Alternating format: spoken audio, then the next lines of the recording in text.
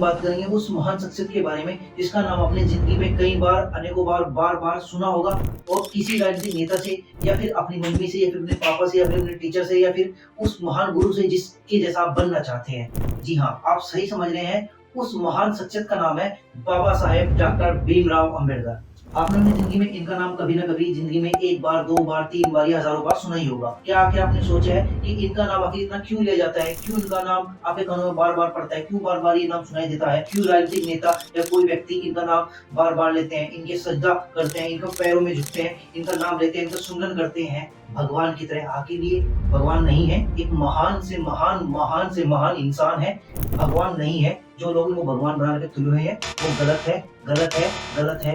आखिर उन्होंने हमारे देश के लिए, हमारे समाज के लिए, हमारे आम आदमियों के लिए जो लोग गाली तक देते हैं, जो हिंदू समाज के लोग, आखिर जो बड़ी जातियों के लोग हैं वो भी इनको गाली देते हैं, जो ओबीसी हैं, जो शुद्ध माने जाते हैं, उनमें भी ये लोग क्या कहते हैं कि यार बी आर अम्बेडकर साहब ने हमारे लिए क्या किया। जो ऐसी लोग हैं, ऐसी लोग की खास करके महिलाएं में भी कहते हैं कि यार बाबा साहेब डॉक्टर भीमराव अम्बेडकर ने हमारे लिए क्या किया। हम तो घर में आगे चूल्हा पोछा कर रहे हैं, बाहर घूमने चले जाते हैं, संडे को या सैटरडे को शॉपिंग करने चले जाते हैं, हमारा काम तो आज भी हम क्या कर रहे हैं, चूल्हे का। ये वीडियो उन्हीं के लोगों के लिए है जो लोग सोचते हैं कि बाबा साहेब डॉक्टर भीमराव अम्बेडकर ने हमारे लिए क्या किया। बाबा साहेब डॉक्टर भीमराव अम्बेडकर ने सिर्फ एक ही जाति के लिए, एक ही वर्ग के लिए, एक ही समुदाय के लिए नहीं, बल्कि हर समाज के लिए, हर समुदाय के लिए, हर वर्ग के लिए, हर जाति के लिए, हर धर्म के लिए, पूरे देश के लिए काम किया है। तो आज हम उन्हीं बहुत सारे कामों से 5 काम आपको बताएंगे जो बाबा साहेब डॉक्टर भीमराव अम्बेडकर ने हम सभी के लिए किए हैं। आज के टाइम में कहीं ना कहीं उनकी बहुत बड़ी भूमिका है। वैसे तो बाबा साहेब डॉक्टर भीमराव अम्बेडकर के बहुत सारे काम है, लेकिन उनमें से मैं कुछ चुनिंदा कामों में से 5 काम निकाल करके आज आपके सामने लाया हूँ। पूरा देखिएगा वीडियो, तभी आपको समझ में आएगा कि बाबा साहब ने आखिर हमारे लिए क्या किया है, क्या नहीं किया है, क्यों लोग उनका इतना नाम लेते हैं। तो शुरू करते हैं वीडियो बिना किसी देरी के। जैसे हम आम भाषा में बोलते हैं लेडीज फर्स्ट, इसी तरह हम वीडियो में आज बाबा साहेब डॉक्टर भीमराव अम्बेडकर के काम की शुरुआत भी महिलाओं के काम से करेंगे। क्या कि बाबा साहेब डॉक्टर भीमराव अम्बेडकर ने महिलाओं के लिए क्या किया। सबसे पहले हम बात करते हैं महिलाओं के लिए अधिकार। अगर आप आजादी से पहले की बात करो दोस्तों, महिलाएं जो थी, जिनको लोग कहते हैं कि भाई बाबा साहब ने हमारे लिए क्या किया, मैं आपको दोस्तों काम गिनवाने लग जाऊंगा ना कि महिलाओं के लिए बाबा साहब ने क्या किया। आप सोचते हैरान हो जाएंगे कि और बाबा साहब ने इतना कुछ किया, मुझे तो आज तक नहीं पता था। ये वीडियो देखने के बाद पता चला है। तो भाई पहला काम जो महिलाओं के लिए बाबा साहब ने किया वो था चुनाव का अधिकार। कि आखिर चुनाव में कैसे महिलाओं को वोट देने का अधिकार मिल सके। कितनी जद्दोजहद रही होगी, सोच के सकते हो आप। पूरा समाज, पूरा देश बाबा साहब के खिलाफ है कि महिलाओं को हम आगे आने नहीं देंगे, महिलाओं को हम अधिकार नहीं देंगे, चुनाव का अधिकार महिलाओं को नहीं मिल सकता। लेकिन फिर भी अकेला बंदा सब पे भारी था, बाबा साहब डॉक्टर भीमराव अम्बेडकर, और महिलाओं को अधिकार दिलाया वोट करने का। तो इसीलिए बाबा साहब को सजदा करना बनता है महिलाओं का। दूसरा काम, महिलाएं घर से बाहर नहीं निकल सकती थी। अगर घर से बाहर निकल रही है तो भाई साहब पल्ला करके, या फिर आप वही पहन सकते हो जो आपके पति या आपके भाई या आपके चाचा ताऊ ने कहा है कि बस इसको ही पहनना है और कुछ नहीं पहनना है। अगर आपके पापा ने जीन्स मना कर दिया ना कि जीन्स नहीं पहन सकते बेटा आप, तो आप जीन्स पहन नहीं सकते। अगर आपके पिताजी या आपके भाई या आपके चाचा या आपके ताऊ ने कह दिया कि ऐसा है बेटा, आप लड़की हो, लड़की की तरह रहो, मतलब क्या है भाई इसका कि भाई लड़की है तो लड़की की तरह रहो। अभी लड़की तो लड़की की तरह ही रहेगी ना, लड़का है लड़की की तरह रहेगा, सिंपल सी बात है। लेकिन फिर भी कहते हैं ना चाचा ताऊ कि भाई लड़की है बेटा, लड़की की तरह रह। और बाबा साहब ने कहा भाई लड़की है, अपनी लाइफ एंजॉय करो, लड़की हो, लड़की की तरह रहते हो आप, लेकिन एंजॉय करो, अपने स्वतंत्र रहो, पूरा फ्रीडम लो, अपने पूरी फ्रीडम रखो। जीन्स पहनने का मन कर रहा है जीन्स पहनो, जूते उल्टे पहनने का मन कर रहा है जूते उल्टे पहनो, जीन्स फाड़ के पहनने का मन कर रहा है जीन्स फाड़ के पहनो। किसी का बाप नहीं रोक सकता, क्योंकि ये अधिकार है आपका, ये फ्रीडम है आपकी। और अगर आपको घूमने जाना है बाहर तो आप बिना पल्ले के जा सकते हो। ये किसने दिया? बाबा साहेब डॉक्टर भीमराव अम्बेडकर। ये 2 काम गिनवाए सिर्फ महिलाओं के लिए, और भी बहुत सारे काम है। अगर मैं काम गिनवाने लग जाऊंगा तो ये वीडियो बहुत लंबी हो जाएगी, हो सकता है सबसे लॉन्ग वीडियो बनाने का मुझे अवार्ड मिल जाए। तो भाई इसलिए ऐसे बहुत सारे काम गिनवाने लग जाऊंगा तो बहुत सारे काम है, लेकिन मैं खाली 2 काम आपको गिनवा चुका हूँ। ये बहुत है आपको समझने के लिए कि बाबा साहब ने आपके जीवन में कितना बड़ा महत्वपूर्ण रोल अदा किया है। और जो दूसरा महत्वपूर्ण काम क्या है वो है दोस्तों, जो हर भारतीय को लुत्फ मिलता ही मिलता है उस अधिकार का। सबसे बड़ा काम है वो है हर आदमी को स्वस्थ जीवन और अच्छा जीवन यापन करने का अधिकार। यानी कि अगर कोई व्यक्ति किसी के यहाँ पर जाता है और उसका मन है 8 घंटे काम करने का, तो 8 घंटे ही करेगा। अगर किसी का मन है कि भाई नहीं 8 घंटे काम नहीं हो रहा, आज मैं छुट्टी मारूंगा, सर मेरे को छुट्टी दे दो, सर मेरे को तबीयत खराब है आज मैं नहीं आ सकता।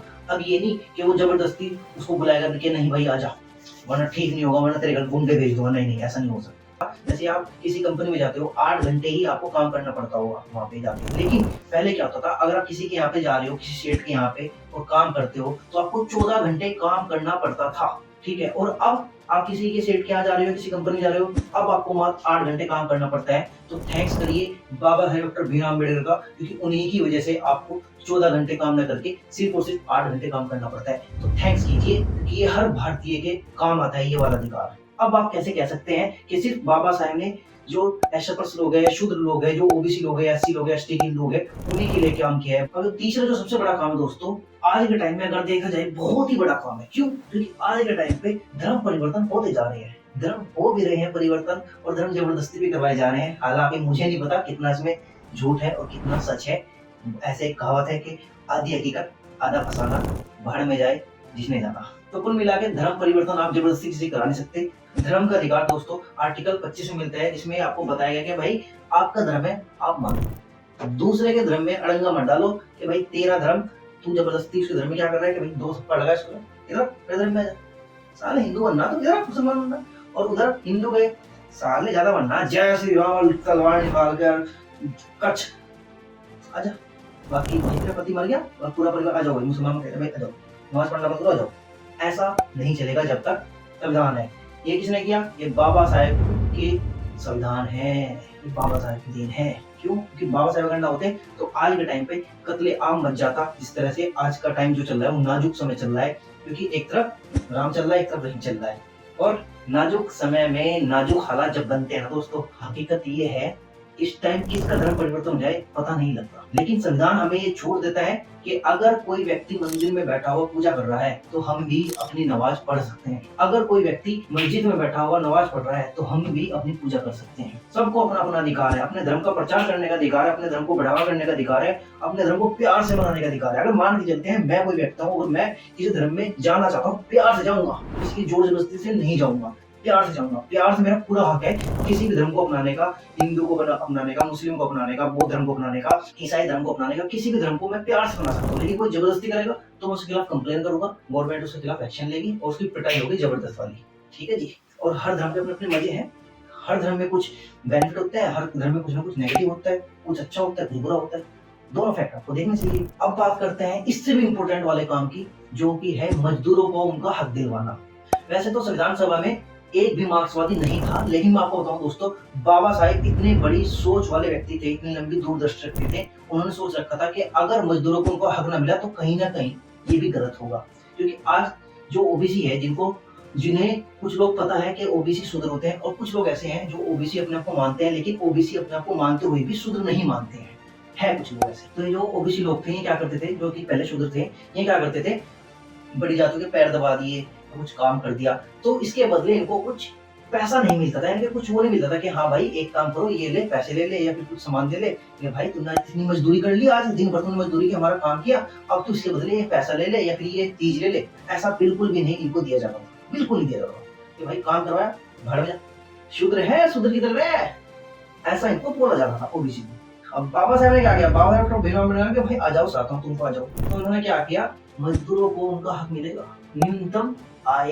ठीक है जी, न्यूनतम आय मिलेगी। अगर कोई व्यक्ति आपके यहाँ पे मजदूरी करता है 8 घंटे की, तो आपको उसका वेतन देना पड़ेगा 500 रुपये पर डे, 400 रुपये पर डे। जैसे आपके घर पे कोई मकान बन रहा है या दुकान बन रही है या कुछ भी बन रहा है, ठीक है, और आपके यहाँ पे मजदूर काम करने के लिए आता है, और अगर उसने बोला कि जी 500 रुपये लेंगे महाराज जी, तो आपने कहा ठीक है भाई कोई बात नहीं 500 रुपये लेंगे, तो आपको उसको 500 रुपये देने पड़ेंगे। लेकिन आपने समझा कर दिया कि भाई नहीं मिलते, तो आपके ऊपर केस हो सकता है कि सर मैंने इसके यहाँ पे पूरे दिन मजदूरी की है और उसने मेरा 500 रुपये दिया।